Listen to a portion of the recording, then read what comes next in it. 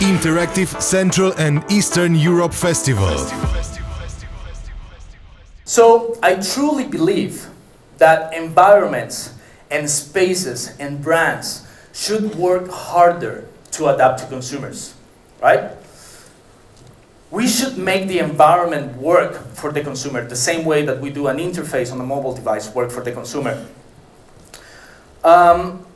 And with data-driven context, as I was saying before, what we manage is to gain this kind of like personal space, have a closer relationship, because at the end of the day, what every brand wants is to have a one-to-one relationship with each user, right?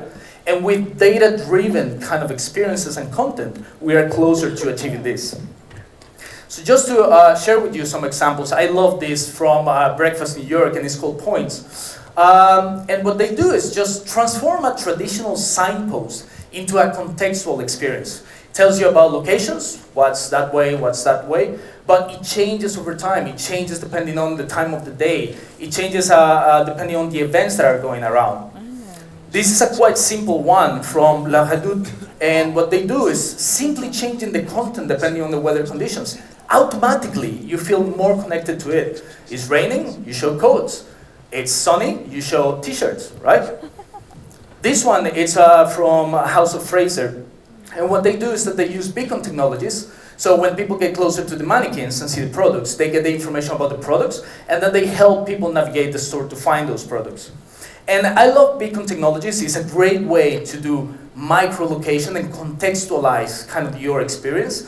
But I see that a lot of the executions are about like pushing information to people's devices.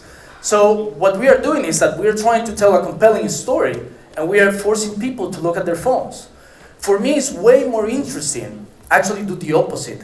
Get information from the devices that users will be already willingly sharing, and actually make the experience better for them without them having to look at their phone or do anything.